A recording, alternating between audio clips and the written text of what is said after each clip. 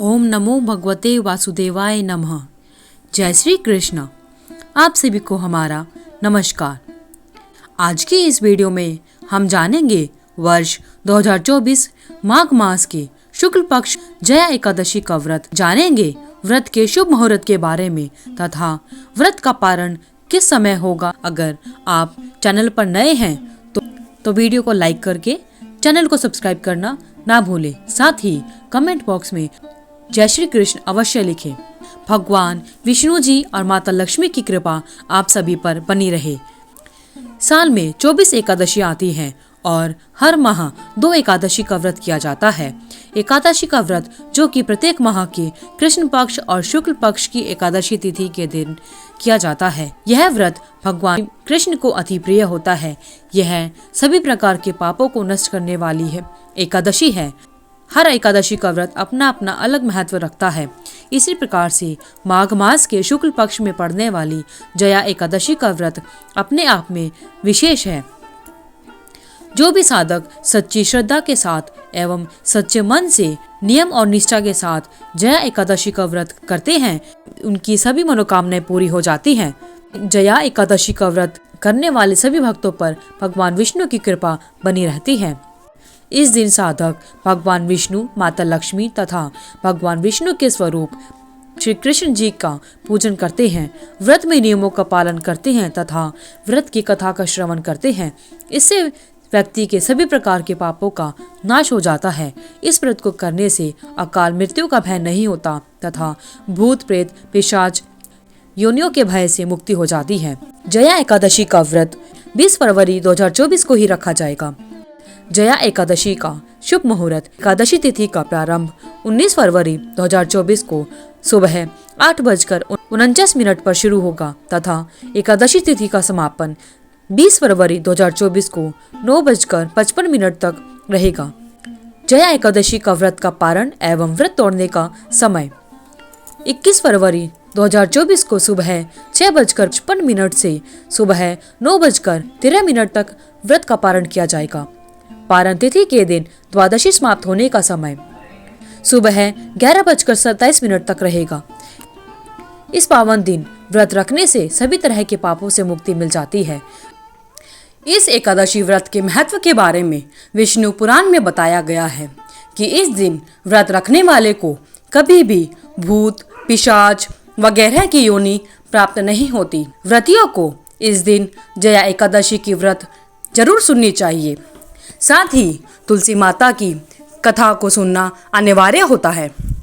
कहा जाता है कि माता तुलसी की कथा के बिना एकादशी का व्रत पूर्ण नहीं होता। साथ ही एकादशी के व्रत के पारण के दिन भी माता तुलसी की कथा सुनी जाती है। तो आइए सुनते हैं माघ मास के शुक्ल पक्ष की एकादशी यानी जया एकादशी की व्रत कथा। एक बार अर्जुन ने भगवान श्री कृष्ण से प्रश्न करते हुए पूछा, हे भगवान, आप अब कृपा करके मुझे माघ माह के शुक्ल पक्ष की एकादशी का महात्म्य बताएं तथा इसको किस प्रकार से रखा जाता है।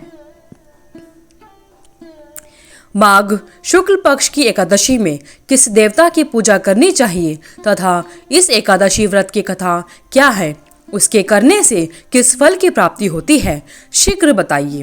भगवान श्री कृष्ण कहते हैं, हे अर्जुन, माघ माह के शुक्ल पक्ष की एकादशी को जया एकादशी कहा जाता है।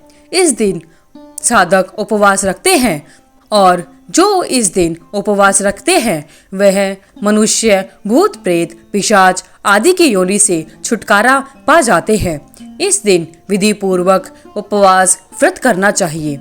मैं अब तुमसे जया एकादशी व्रत की कथा कहता हूँ, तुम ध्यान पूर्वक सुनना। एक समय की बात है, नंदन वन में उत्सव का आयोजन हो रहा था। देवता ऋषि मुनि सभी उस उत्सव में मौजूद थे। उस समय गंधर्व गा रहे थे तथा गंधर्व कन्याएं नृत्य कर रही थी। गंधर्वों में एक माल्यवान नाम का गंधर्व भी था जो बहुत ही सुरीला गाता था। जितनी सुरीली उसकी आवाज थी उतना ही रूपवान वह स्वयं भी था। गंधर्व कन्याओं में एक पुष्यवती नामक नृत्यांगना भी थी। पुष्पवती नामक गंधर्व कन्या ने माल्यवान नामक गंधर्व को देखते ही उस पर आसक्त हो गई तथा अपने हाव भाव से उसे रिझाने का प्रयास करने लगी। माल्यवान भी उस पुष्पवती पर आसक्त होकर अपने गायन का सुरताल भूल गया। इससे संगीत की लय टूट गई और संगीत का सारा आनंद बिगड़ गया। सभा में उपस्थित देवगणों को यह अच्छा नहीं लगा। माल्यवान के इस कृत्य से इंद्र भगवान नाराज होकर उन्हें श्राप देते हैं कि स्वर्ग से वंचित हो मृत्युलोक में पिशाचों सा जीवन भोगो, क्योंकि तुमने संगीत जैसी पवित्र साधना का तो अपमान किया ही है, साथ ही सभा में उपस्थित गुरुजनों का भी अपमान किया है। इंद्र भगवान के शाप के प्रभाव से दोनों पृथ्वी पर हिमालय पर्वत के जंगल में पिशाची जीवन व्यतीत करने लगे। पिशाची जीवन बहुत ही कष्टदायक था। दोनों बहुत दुखी थे। एक बार माघ माह के शुक्ल पक्ष की जया एकादशी के दिन संयोगवश दोनों ने कुछ भोजन नहीं किया और ना ही कोई पाप कर्म किया। उस दिन मात्र फल फूल खाकर ही पूरा दिन व्यतीत किया। भूख से व्याकुल तथा ठंड के कारण बड़े ही दुख के साथ पीपल वृक्ष के नीचे इन दोनों ने बड़ी कठिनता पूर्वक पूरी रात काटी। पूरी रात अपने द्वारा किए गए कृत्य पर पश्चाताप भी करते रहे और भविष्य में इस प्रकार की भूल न करने की प्रतिज्ञा ली। सुबह होते ही दोनों की मृत्यु हो गई।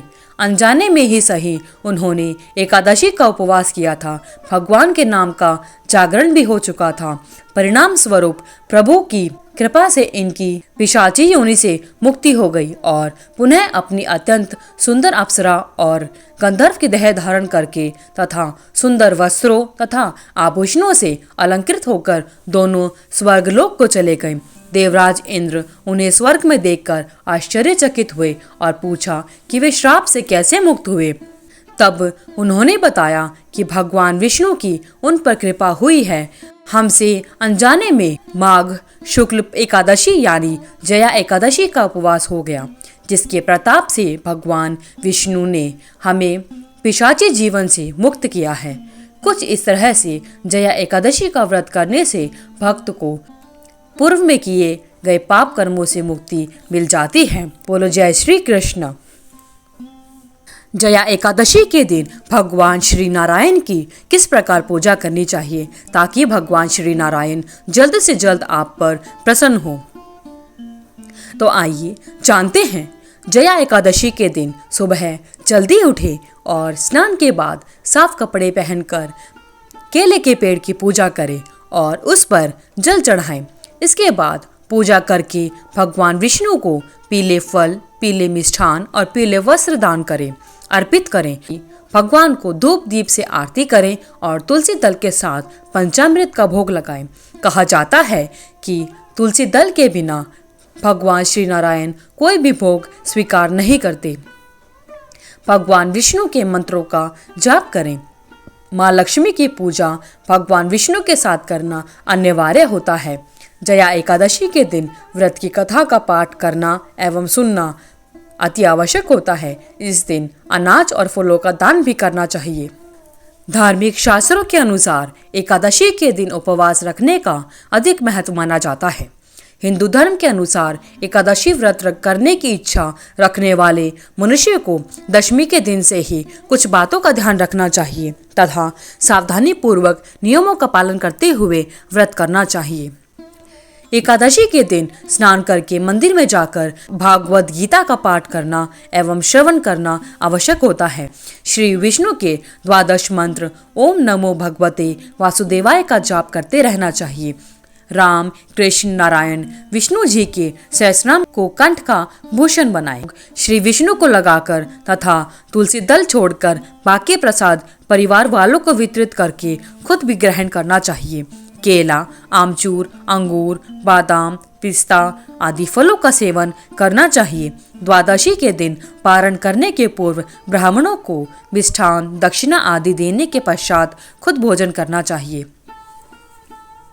एकादशी तिथि पर अपनी शक्ति के अनुसार दान करें।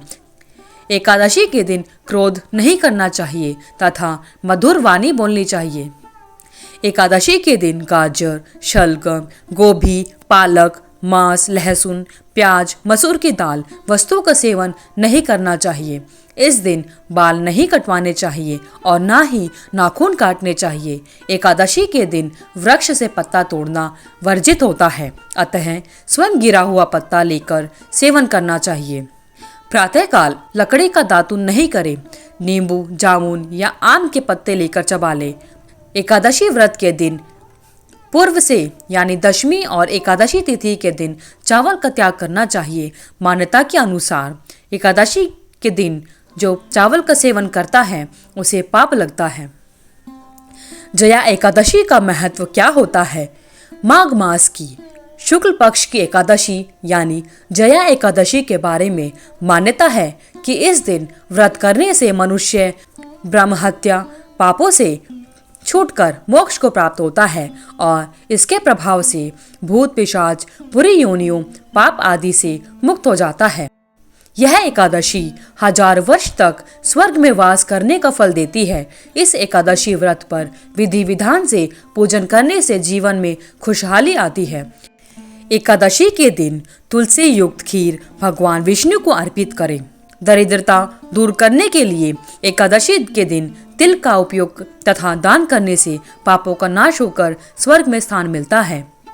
एकादशी के दिन गेंदा, आंवला या तुलसी का पौधा अवश्य लगाना चाहिए। यह बहुत ही शुभ माना जाता है। एकादशी के दिन असहाय लोगों की मदद करें तथा कुछ न कुछ दान अवश्य करना चाहिए। एकादशी के दिन अपने घर में पीली ध्वजा अवश्य ही फहरानी चाहिए। यह व्रत आरोग्य, सुखी दाम्पत्य जीवन तथा शांति देने वाला माना गया है। अतः इस दिन सच्चे मन से उपवास रखकर श्री विष्णु का ध्यान करना चाहिए। एकादशी के दिन भगवान विष्णु के मंत्रों का जाप करना चाहिए, जो इस प्रकार हैं।